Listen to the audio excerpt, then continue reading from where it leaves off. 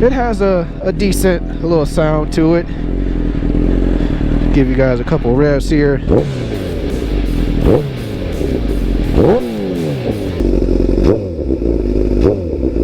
That's the sound I like right there, that deep.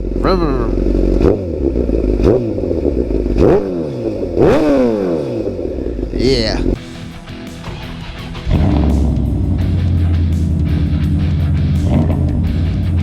The 1100 is back, all fixed up.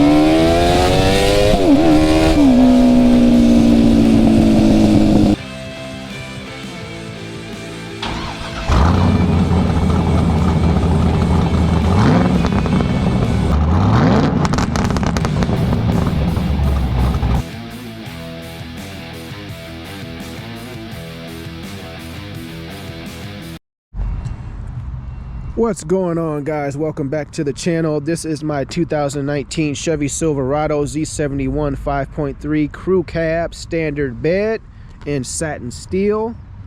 These are the mods that I have put on my truck so far. So the first thing we did on this truck was the window tint. 15%, all four windows. The windshield is factory, and the rear windscreen, or the wheel rear windshield, is its factory tint, which is kind of looks like 15% on these trucks. Next thing we did was the undercoating. The truck is undercoating, all nice and black. And the next step we did after that was the oil coating, which you can see a little bit of that right there. It's all over this vehicle. If you guys want to watch those videos, go ahead. I highly recommend it. This is how I keep all of my vehicles rust free. And as you can tell in my other videos for my 2001 Dodge Ram, I have 235,000 miles on that truck, and it is rust free. Has one little tiny rust spot, and this is how the process, or that's the process of how I keep my vehicles rust free. This two-step process of the undercoat and the oil on top of it. So while we're down here, I can show you guys the straight pipe. That's another mod, but that was the last mod that we did here for the truck. I'll let you guys hear that in a little while. I got some other clips as well if you guys want to hear some more in-depth sound clips of the straight pipe. So window tint, protection for our undercarriage, so the undercoat, and then the oil coat on top of that. Next thing we did here was the bra on the front, butt protector, protect our hood. Next thing we did, block a chip and Minter on Tyler Boulevard. Did an awesome job wrapping the truck as well. They did the rockers, the rear bumper, the front bumper, You guys won't be able to see this, but I did make a video with an arrow pointing to the line that's here of what they cut out. They were able to do this fin here, front bumper. I did not have them do the headlights. They were able to do the rockers all the way down, a big section here, and then a big section here, and then the rear bumper there. So that was the next mod. I highly suggest you guys do that. Next thing we have here is our Recon 50 cal bullet antenna in chrome. Very easy to install this. I do have an install video for this. Very easy to do. Take you 10 minutes or less to do this.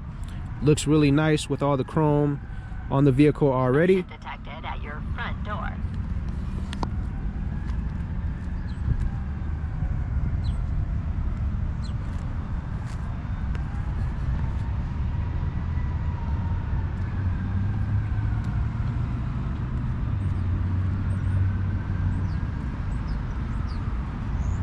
Going in here under the hood will be our next mod and our final mods that we did to the truck. Here's some other oil spray that we put in at all the door jambs here. So that's what all the door jambs look like. I highly encourage you guys to do that as well. Keep the rust off your vehicles. Spray in all those crevices and holes to where all that nasty salt and corrosion gets into and rusts out your vehicles. So the last two mods that we did for this truck is the cold air inductions, cold air intake, and the Pulsar LT that we stuck right there on the side in a perfect location for it.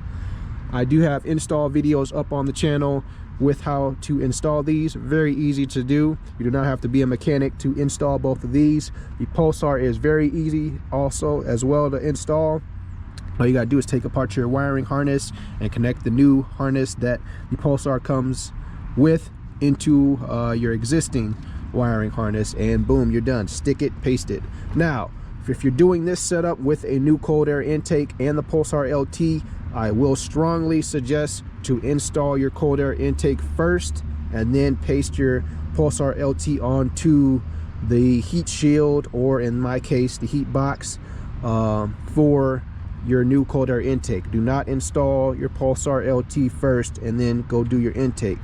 You want to do your cold air intake first and then do your Pulsar second, because you want to be able to basically use the gains of the cold air intake and use the housing of the cold air intake to mount your Pulsar LT onto, like exactly how I did mine right here. If I was to install my Pulsar LT first and then you got something happens to where you gotta use your vehicle or leave it for a couple of days, then you're stuck without your vehicle. So install your cold air intake first. If you gotta make a run to the store for your wife or something, or whatever your situation may be, you're able to do so, and then come back and install your Pulsar LT the next day, or however many days later you want to install it, or when you got time to. But cold air intake first, Pulsar LT second. And that is pretty much it, guys. Those are all the mods that I have done to this 2019 Silverado so far. The number one mod that I highly encourage to do if you guys don't do anything to your vehicles is protect them. Get an undercoat and an oil spray coating. If you want to go another step further like I do on all of mine, because I know what I know and I know how long my vehicles will last if I do it, get a wrap done on your vehicle as well. A Clear Bra Expel wrap. I went to Block a Chip in Minner. I'll leave their address right here. Give them a call.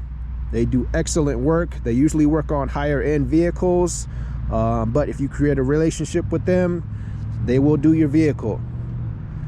So I highly suggest getting Clear Bar wraps. Protect your vehicle from chips. It's right there in their name, Block a Chip, and block some rust as well.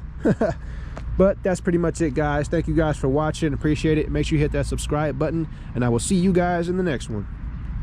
Have you ever felt? Are you listening? Damn.